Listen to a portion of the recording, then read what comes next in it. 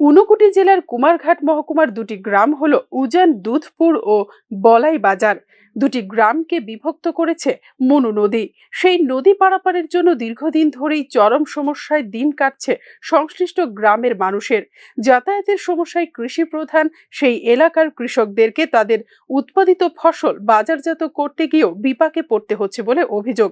নদীপথে যাতায়াতের ব্যবস্থা না থাকায় অন্য রাস্তায় অধিক গাড়ি ভাড়া দিয়ে পার্শ্ববর্তী কাঞ্চনবাড়ি বাজারে বিক্রির জন্য ফসল নিয়ে যেতে হচ্ছে কৃষকদেরকে। এতে করে ফসলের উপযুক্ত মূল্য পেতে হিমশিম খেতে হচ্ছে চাষিদেরকে। শুধু তাই নয়, এলাকায় অসুস্থ রোগীদের ঘুরপথে হাসপাতালে নিয়ে গিয়েও গ্রামের মানুষদের সমস্যা পোহাতে হচ্ছে বলে অভিযোগ করেন স্থানীয় মানুষজন।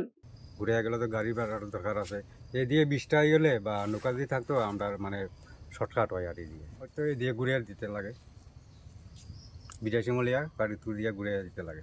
সমস্যা নেই, সমস্যা অনেক সময় মানে একটা অসুখ বিসুখ হইলে রুগী হইলে চট করে একটা গাড়ি মিলে না বা ঘুরে যাইতে রুগী।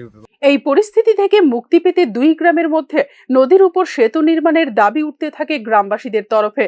সেই মতো 2022 সালের 10ই জুন পাবিয়াছড়া কেন্দ্রের বর্তমান বিধায়ক তথা তৎকালীন মন্ত্রী ভগবান দাসের হাত ধরে শিলান্যাস হয় দুই গ্রামের জন্য নদীর উপর একটি ফুটব্রিজ নির্মাণ কাজের।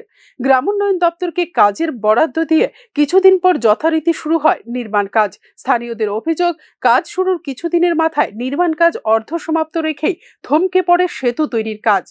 তাদের অভিযোগ, আগে দুই গ্রামের মধ্যে নদী পারাপারের জন্য ছিল নৌকোর ব্যবস্থা, বর্তমানে বন্ধ হয়ে গিয়েছে সেই নৌ পরিবহন ব্যবস্থাও। এতে চরম সমস্যায় দিন কাটাতে হচ্ছে গ্রামের মানুষকে। তখন যাওয়া বন্ধ, স্কুলে যাওয়া একদিন গেলে সপ্তাহ দিন যাওয়া হয় না আর স্কুলে বাজার বাড়ি লোক টুক যাইতে পারে না। কাঞ্চনবাড়ি আমরা সব কিছুই কাঞ্চনবাড়ি বাজারে, স্কুল যা আছে সব কিছুই কাঞ্চনবাড়ি বাজারে। এর লাগিয়া আমার গ্রামে আমরা এই সেতুটি নির্মাণ হলে উপকৃত হবেন দুই গ্রামের বহু মানুষ।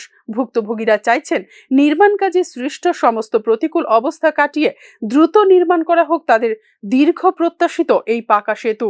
কুমারঘাট থেকে জনি ভট্টাচার্যের পাঠানো সংবাদ, নিউজ নাও।